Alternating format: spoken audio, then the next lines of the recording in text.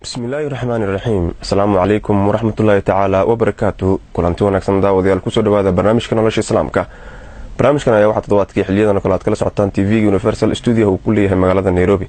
Waxaana aalaa idin la socodsiiyay anigoo ah Maxamed Xuseen Maxamed. Waxaana martii noogu ah sidaad u jeedaan Sheekh Maxamed Cabdi Umul. Ku soo dhawaad marka hore Sheekh Maxamed barnaamijka. daawadayaal waxaan idin xasuusinayaa wixii su'aal ama mas'alo diini aad qabtaan waxaad inoogu soo diri kartaan emailka shaashada kaga muuqda ee ah sheekhumul@gmail.com iyadoo qaybaha dambe ee barnaamijkeena sheekhu inooga jawaab doono su'aalaha ama mas'alooyinka diiniga aad inoogu soo dirteen emailka balse marka hore sheekha ha inoo faahfaahiyo mawduucina toddobaadkan ee ah saddex alla jecel yahay iyo saddex alla neceb yahay. بسم الله الرحمن الرحيم. الحمد لله رب العالمين وصلى الله وسلم وبارك على نبينا محمد وعلى آله وصحبه أجمعين. ما بعد، السلام عليكم ورحمة الله تعالى وبركاته. حلقتنا تضوات كان سيدو ولالك وشاقي وحينكو قادنا حديث كمد أحاديث النبي صلى الله عليه وآله وسلم. وحا حديث كوريي وصو ساري الإمام أحمد في مسنده وحونا كورينا يا صحابي قال أبو ذر الغفاري وحوليه النبي صلى الله عليه وسلم ثلاثة يحبهم الله وثلاثة ينشأهم الله وثلاثة يشنأهم الله. صدح إلهي باتشعل صدحنا إلهي بانعب تبارك وتعالى. صدح إلهي تعاليه تبارك وتعالى وحوي ككوباد الرجل يلقى العدو في فئة فينصب لهم نحره حتى يقتل أو يفتح لأصحابه.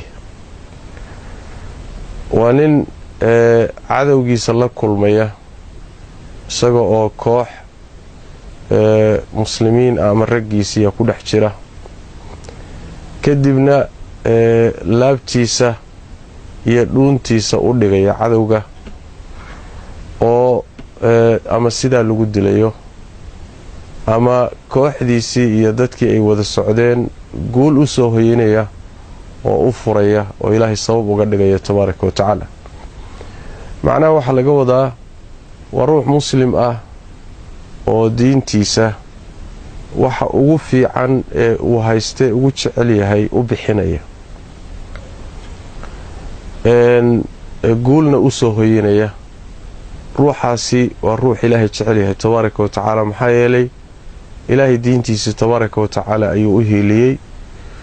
dad muslimiin ah oo walaaladii oo la socdayna culays buu ka qaaday nafci weyn iyo faa'iido weynna sabab buu ugu noqday in Ilaahay tabaaraka wa tacaala uu siiyo ka Ilaahay waa jecel yahay tabaaraka wa tacaala.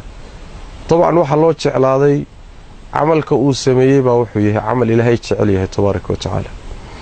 kalabaadi wax weeyaan alqawmu yusaafirun fayatulu surahum hatta yuhibbu an yamassu al-ardha fayanzilu fayatanaha ahaduhum fayusalli hatta yuqidhahum lirahilihim.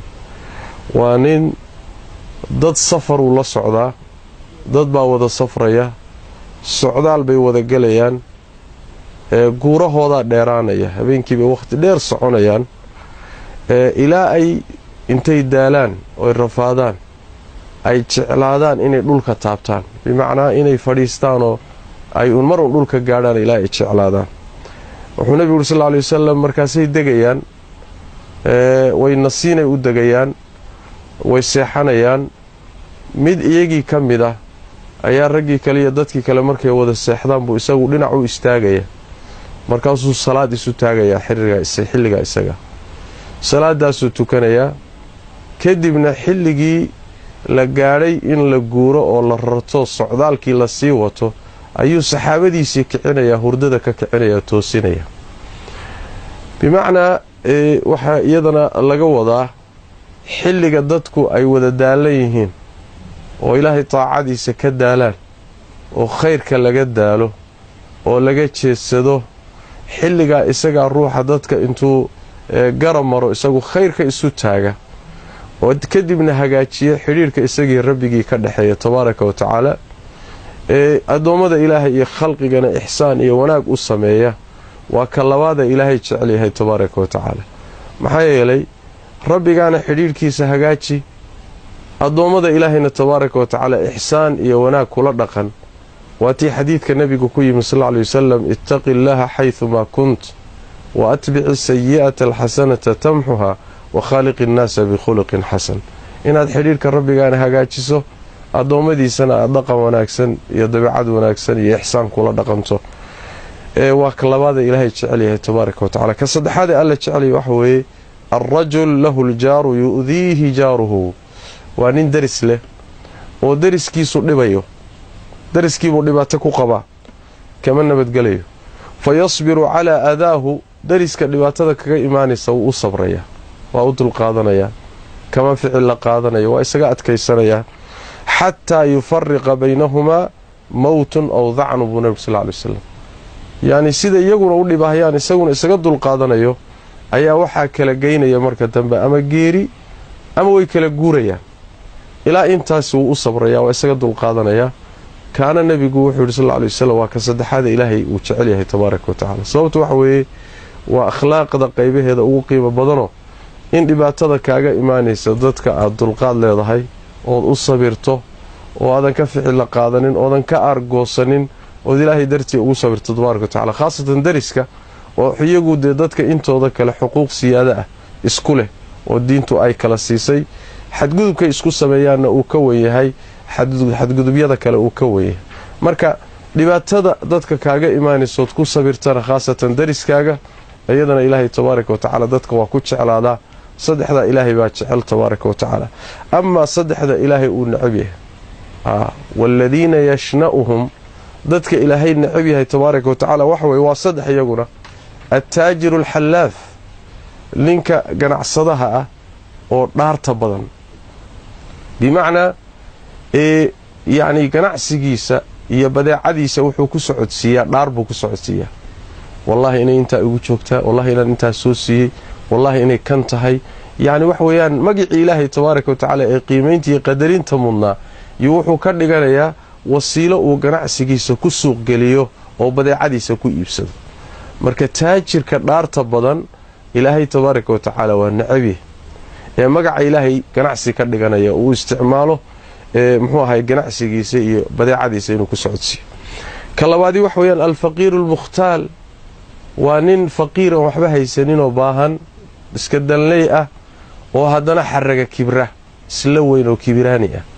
ilaahay tabaaraka wa tacaala kaana waa necab yahay. sababtu maxay tahay? leanna wuxuu ku kibri lahaaba ma hayo.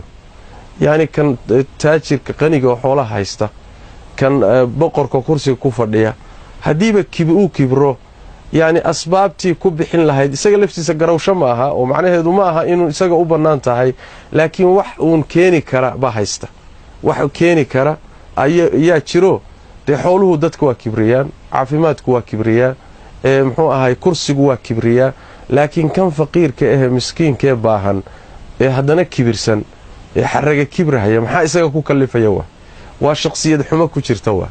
kaana ilaahay waa necab yahay tabaaraka wa tacaala, laanna kibirka iyo isqaadqaadka iyo xaraga kibirka ilaahay ma jecla tabaaraka wa tacaala. hadday haddana la dheerta inaad faqiirtahood baahan tahay, iyadana waa kasii xag jirtaa. kaana ilaahay waa necab yahay tabaaraka wa tacaala. ka saddexaada ilaahay necab yahay waxa weeyaan albakhiilu lmannaan, waa mid bakhayl ah oo gacan adag oon wax bixinin, haddana maca daalika galad sheegasho badan, waxba ma bixiyaba. yacni hadduu wax bixiyana inta yartee laga helo wuxuu yani wax wey mar walba ka daba wadaa inuu dadka ku manna sheegto. soonigii kan kuu galay, hebel baan intaa u galay, soonigii kan ku siiyey, soonigii meeshaa kaa saaray, soonigii kan yeelay.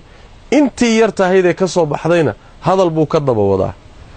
inuu wax bixiyana uma badno, waa bakhayl. laba xumaan buu marka isku darsaday, gacan adayg iyo bakhaylnimo iyo yacni mannaannimada oo sadaqada way burisaa.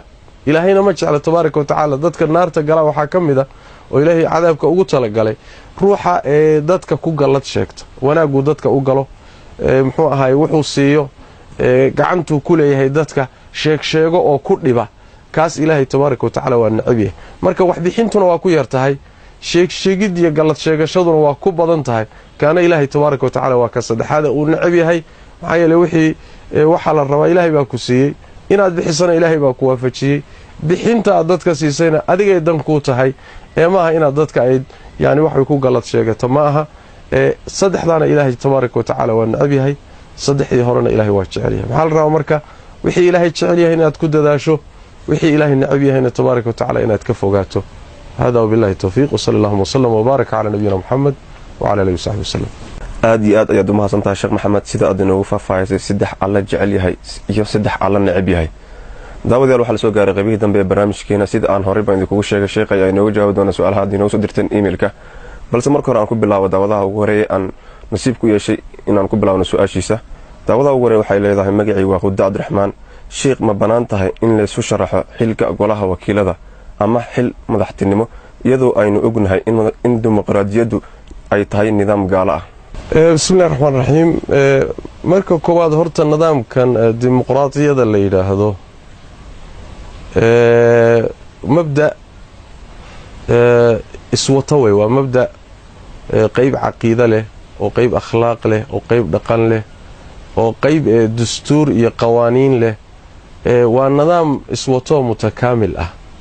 sidaa markuu yahay shaki kuma jiro inuu gaalnimo yahay.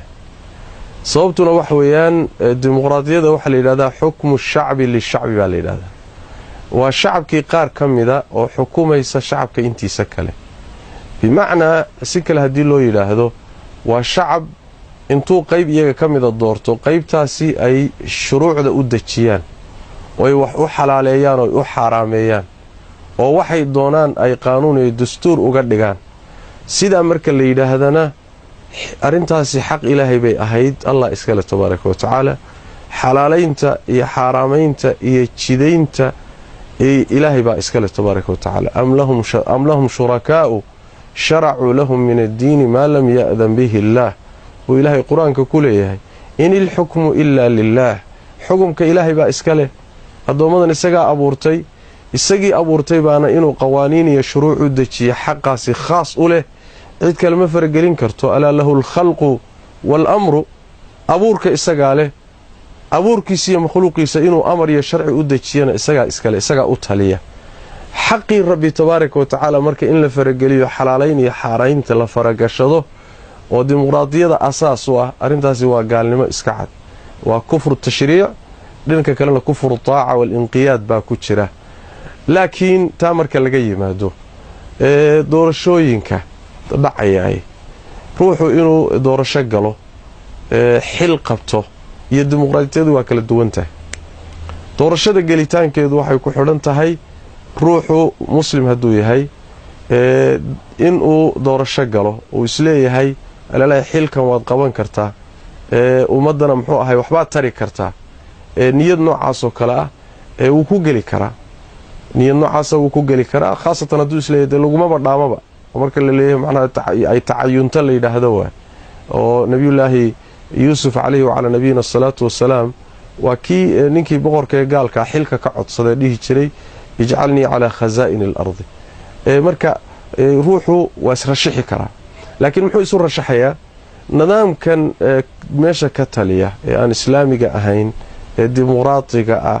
nidaamkaa isagaa ma aha inuu rumaysan yahay, mana aha inuu isagii xooji leeyahay, laakiin waxaa jira inuu wixii khayree jirana xoojiyo, wixii sharee jirana inta karaankiisa uu khafiifiyo, majaalista iyo meelaha uu joogana wixii shareecada khilaafsan uu ka hortago, wixii diinta waafaqsanee ummadda maslaxadeedu ku jirtana inuu xoojiyo, inta karaankiisa ana dadaalo.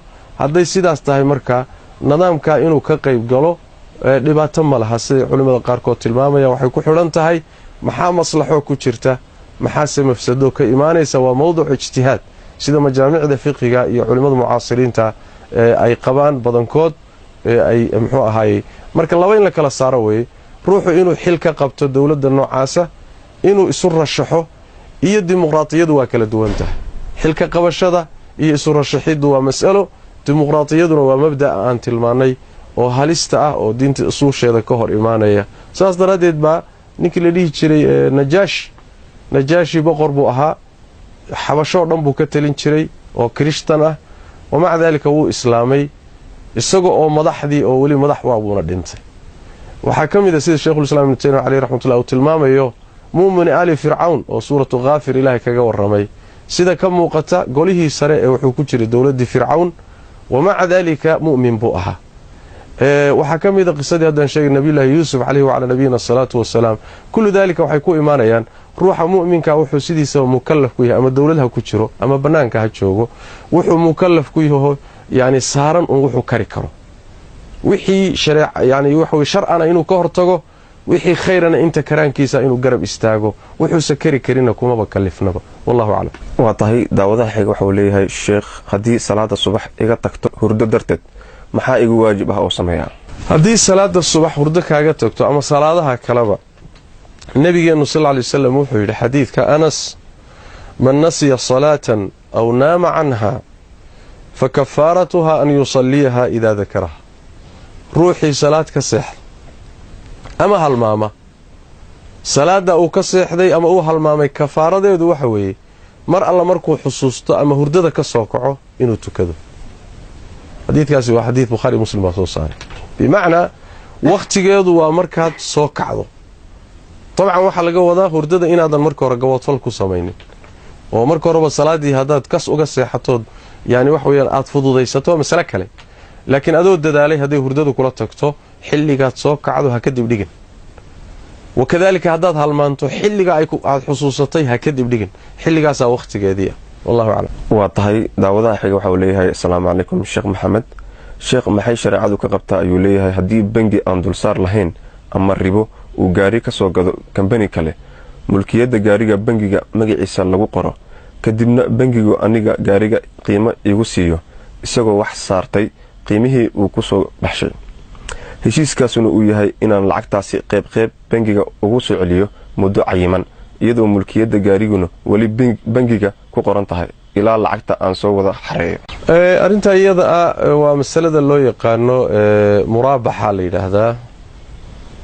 waana tan ay bangiyada islaamiga ah inta badan ay sameeyaan.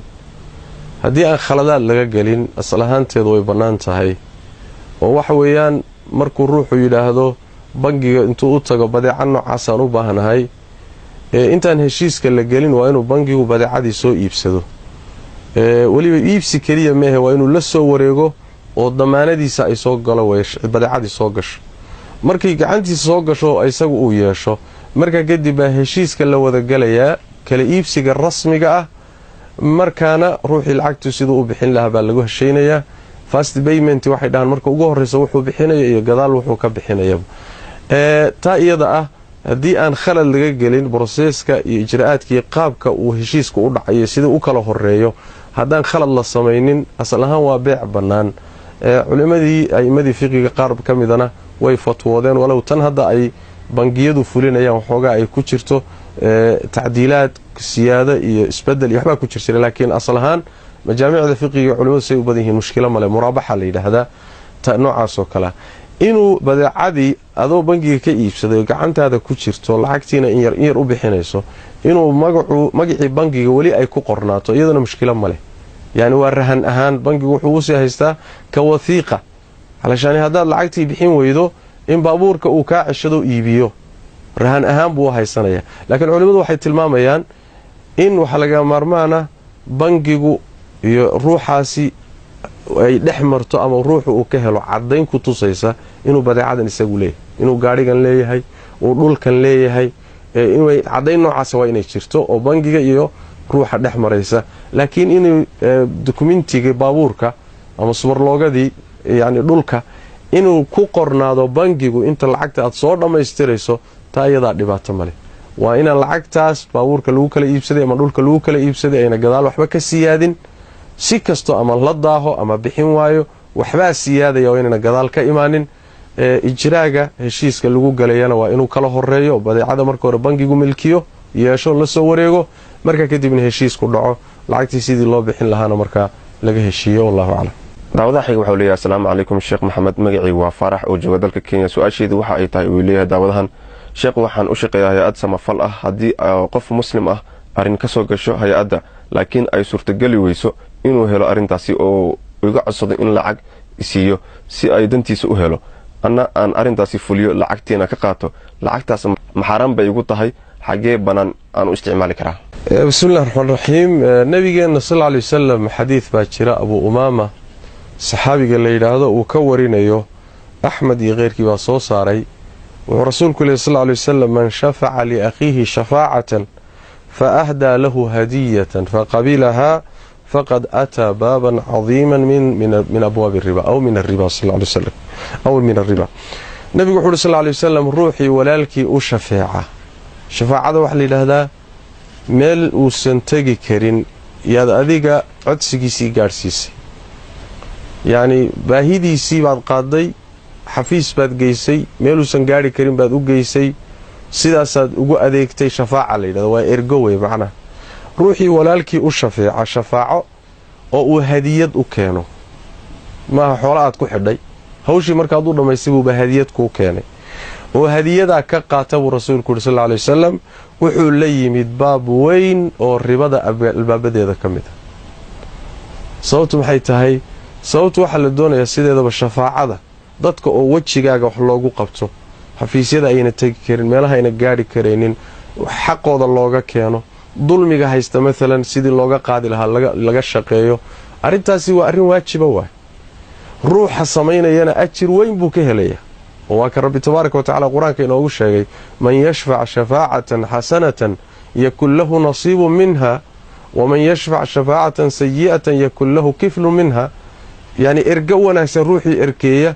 yacni ajir buu ku leeyahay ergadaadu hadday xumaatana ood wax khalada ka ergeysana dee markaa dembigeeda qayb ku leedahay marka adaa ajir ka helaya talabaad inaad walaalkaa wixii khalada dhibee lagu hayo ka dafciso wixii waajibe ee xaq u leeyahay xaqiisa uu helana adigii laasim bay kugu tahay wixii laasimkuga inaad marka wax kaga qaadato iyadana waa khalad sidaas daraaddeed dulmi in ruuxa muslimka laga kor yeelo xaqiisa siduu ku gaadhi lahaa waajib la samaynayo xaaraam la baajinayo ama meesha laga saarayo arrimaha noocaas oo kale ah hadday ku saabsan tahay ma bannaana marka inaad wax ka qaadato ma bannaana inaad ergadaa iyo dadaalkaa iyo wejigaaga aad xafiisyada wax uga dhammaynayso inaad markaasi xoolo ku qaadato inaad marka hore shardi ka dhigato waxaasaad isiinaytaa tidhahda iska badaaye xataa waxaan la ogolayn hadduu gadaal wax kaaga keena inaad ka qaadato hadiyad xataa ayd ku heshiinin hadduu kugu siiyo camalkaad u qabatay inaad qaadataa la diidanya marka xadiiskuma nebigu sal ly wasalam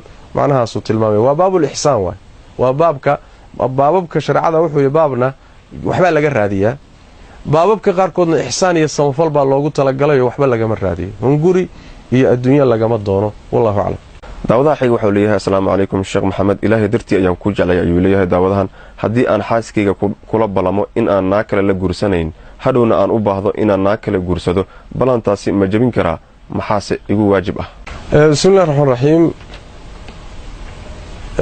marka koowaad waxaan leeyahay allaha ku jeclaado marka labaad su-aasha jawaabteedu waxa weeye culimmadu waa isku khilaafsan yihiin ninku hadduu reerkiisa la galo markuu guursanayo shardi ah hadduu ku guursado kula guursan maayo shardigaasi ma laasimaya mise ma laasimayo waa arrin ay culimmada islaamku ku kala aragti bedelan yihiin sida ila xoog badan wallahu aclam masaladu khilaafiya wey laakiin sida ila xoog badan waa madhabka imaamu axmed iyo isxaaq ibnu rahwiya iyo imaamu awsaaci iyo ay qabaan aimadaasi oo dhahaya shardigaasi haddii uu ninku galo haweentana ku guursado waa laasimayaa shardigaasi maxaa yeelay wuxuu soo gelayaa cumuumka xadiidka nabigeenna sal lla lay wasalam ina axaqa maa awfaytum bihi min ashuruuti ma staxlaltum bihi alfuruuj yacnii xaq aad fulisaan waxaan u jeeda shardi aad fulisaan ka ugu xaqnimo badan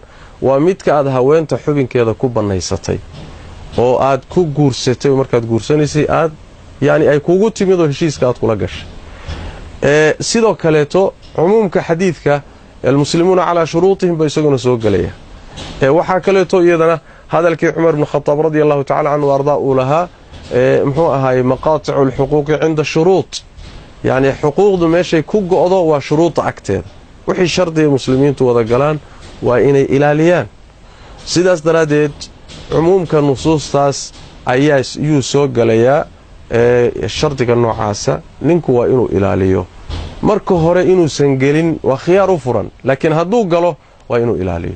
hadduu ilaalin waayo maxaa dhacaya oo su-aashu ku saabsan tahay, maalan waad guursatay, shardigii baad ka baxday, ballantii baad ka baxday, ayadana waxaa u bannaan iska tegi mayso, guurkiina dhammaan maayo, xadhiggii sidaa ku gu'i maayo, laakiin ayadana waxaa u bannaan inay maxkamadda tagto oy isfasaqdo.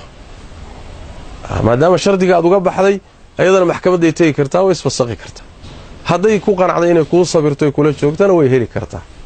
waxaa taa ka gedisan haddii aad tidhaahdo haddaan kula guursado adaa iga furan, markaa inay maxkamad tagto uma baahnee, mar alla markaad la guursataba way furmaysaa.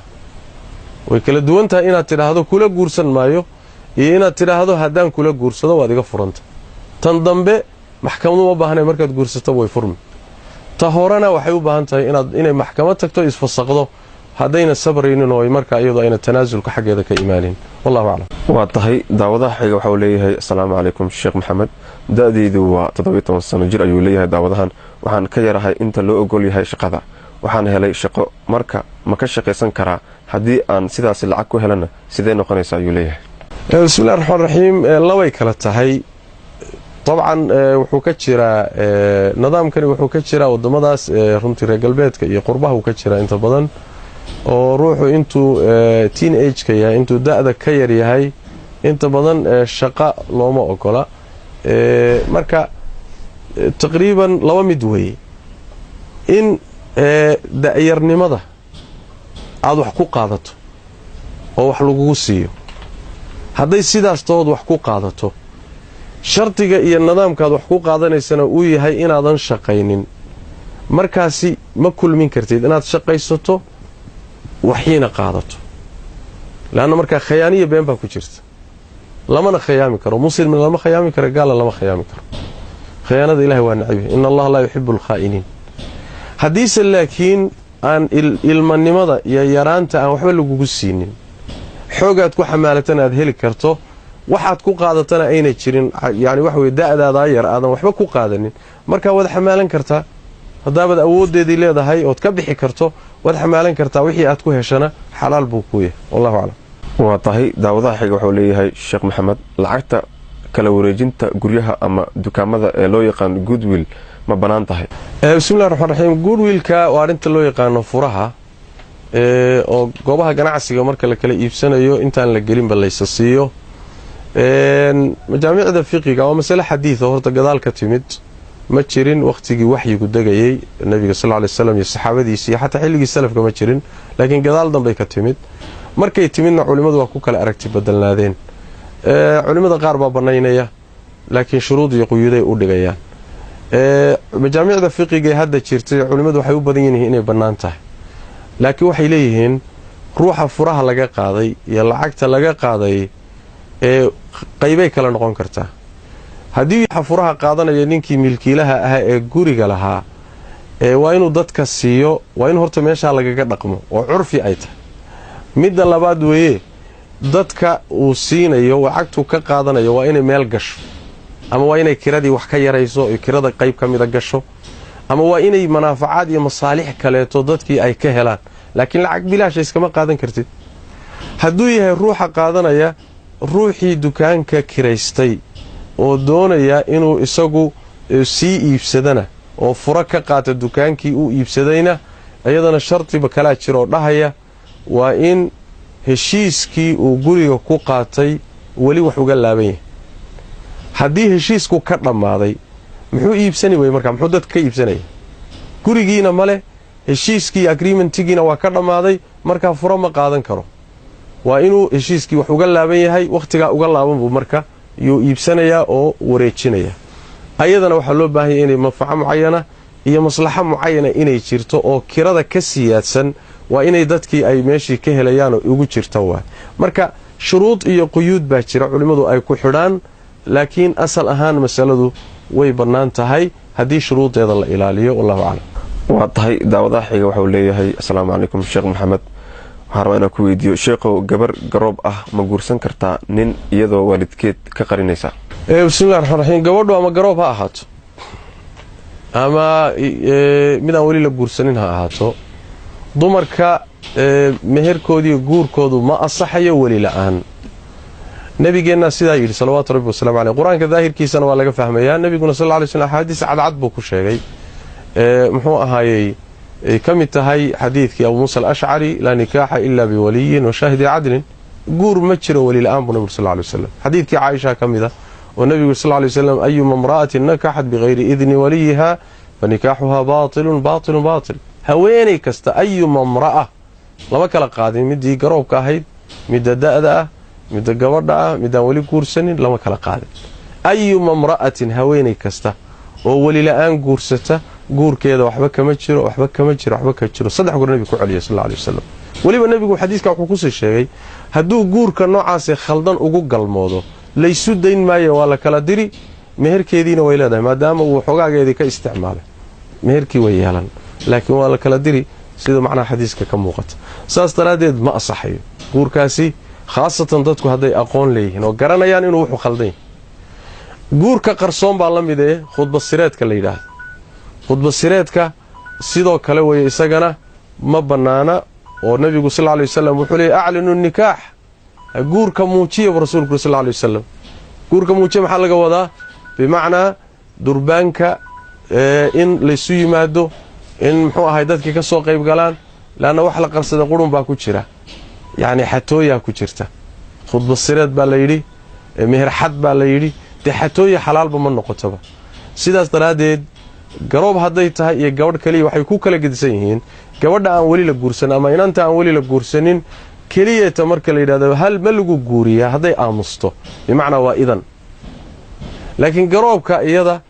ilaa ay amar bixiso cad aamuskeeda waxba laga soo qaadi maayo intaasay ku kala gedisan yihiin tan aamuskeedu waa idan tanna aamuskeedu idan ma ahee maadaama ay wax garanayso wax soo martay waa inay amar bixiso albikru tusta'dan waathayibu tusta'mar buu nabi sal lla lay slam gabadha yartan weli guursanin idan baa la weydiin midda guursatay oo guur soo martayna amar baa la weydiin buu rasuulka sal lla lay slam amar iyo idanna way kala gedisan yihiin intaa unbay ku kala duwan yihiin laakiin cidda guurinaysa waa inay weligeedii noqdo iskama guursan karto ismana guursan karto lamana qarsan karo wallahu aclam waa tahay daawadaha xiga waxuu leeyahay asalaamu calaykum sheekh maxamed haddii xaaskaaga qasab lagaaga furo adiga iyada oo israbo reerkuna nagu qasbaan inaan warqad furitaan ah qoro iyadoo la adeegsanayo awood ma iga furan tahay gabadhaas anigoo niyad aanan iga ahayn balse waalidka iyo reerka qancinayo keliya haddaan warqadda siday rabeen u qoro haddii nin kale oo aanan raalli ka ahayn lagu meheriyo marka qasab lagaaga furo kadib ma ku mehersantaa oo guurkaasi ma jiraa bismillahi raxmaan raxiim haddii aad furto haweentaada ama xaaskaaga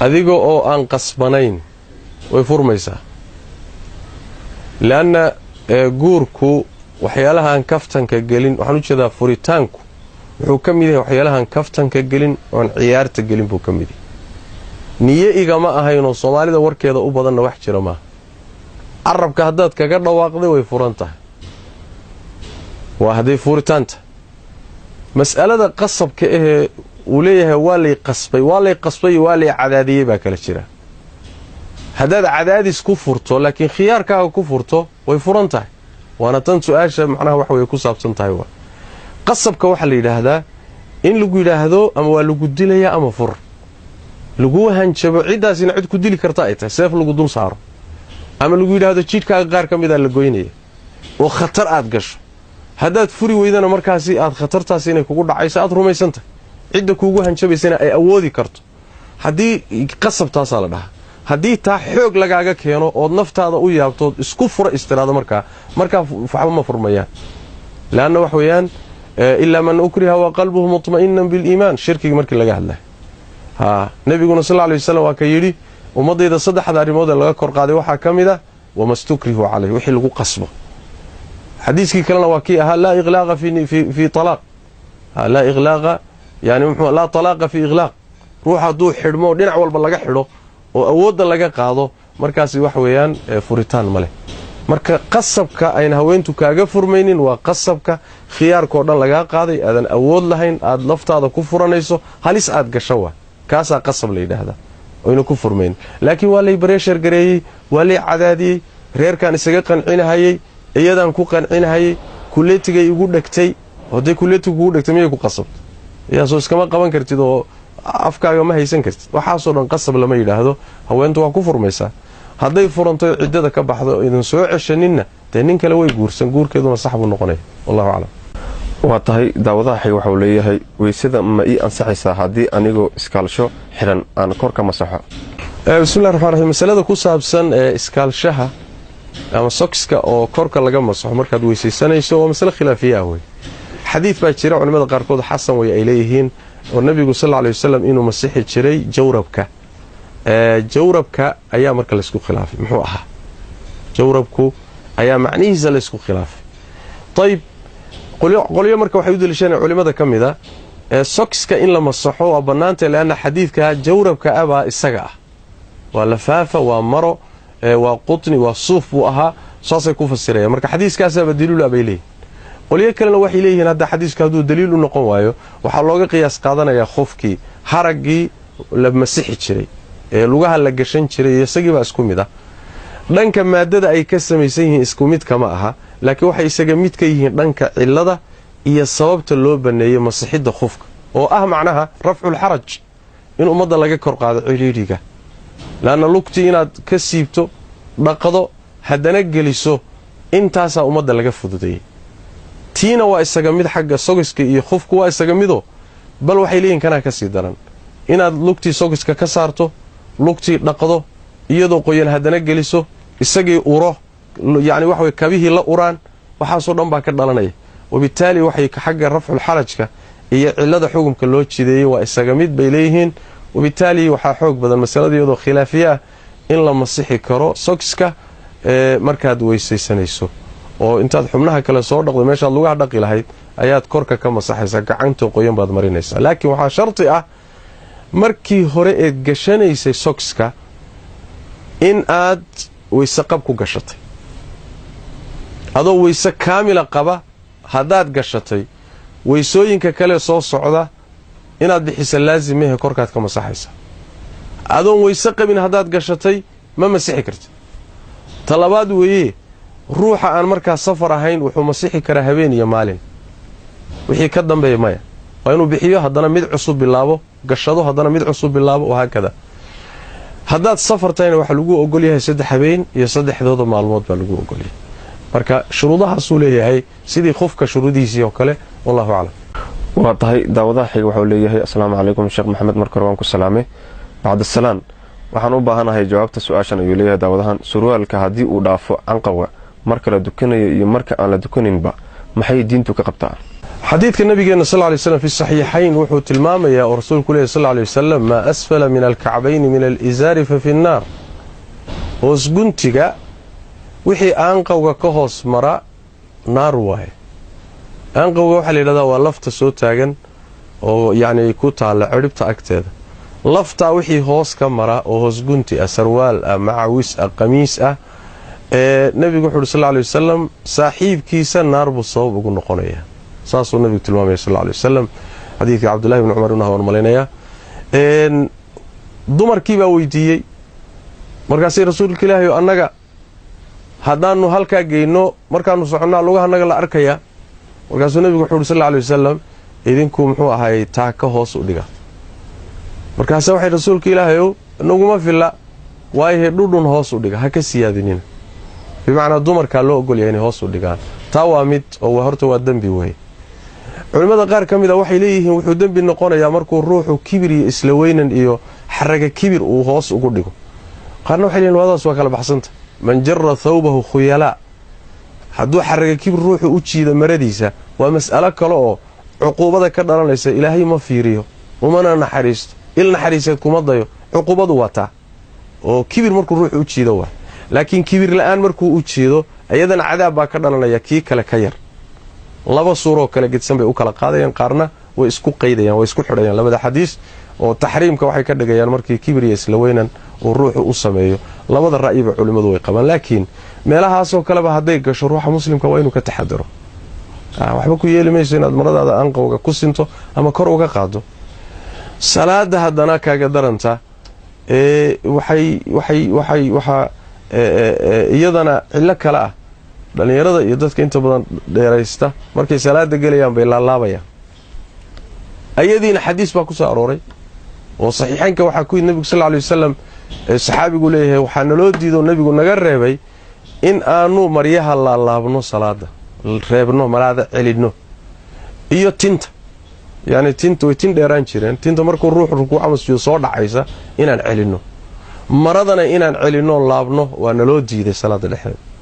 marka yani wax weey inaad laabtana laguma ogolo laana markii hore la rabay inaad soo gaabsato oo aan qowga iyo wixii ka koreeyo ku sinto waa ragga dumarka iyagu hoos bay u dhigi karayaan. salaadii ma asaxaysa mise ma asaxayso xadiis baa jira dhahay Abu Daawud iyo qeyrkii wariyeen ruuxii maradiisa hoos u dhiga salaadiisu ma asaxayso laakiin xadiisku waa daciif. sida saxiixa salaadu waa asaxaysa laakiin waa dambi iskii u madax banaan iyo khalad goonidiisa awaan. wallahu a'lam. intaas ayaan guud ahaan kusoo gabagabaynaynaa barnaamijka nolosha islaamka. toddobaadkan waxaan kaga hadlaynay 3 alla jecel yahay iyo 3 alla neceb yahay. wixii su'aal ama mas'alo diini aad qabtaan waxaad inoo soo diri kartaan emailka shaashada kaga muuqda ee ah sheekh.umul@gmail.com. waxaan u mahadcelinayaa Sheekh Maxamed Cabdi Umul aad iyo aad u mahadsantahay Sheekh Maxamed marka hore. waxaan sidoo kale mahadcelinayaa Axmed Nuur Cali Maxamed oo dhanka kaamirada inoo jooga iyo Maxamed Nuur oo barnaamijkan taabagelintiisa qayb weyn ka qaatay. tan iyo barnaamijka xiga aan ku kulmi doono sida iyo nabadgelyo.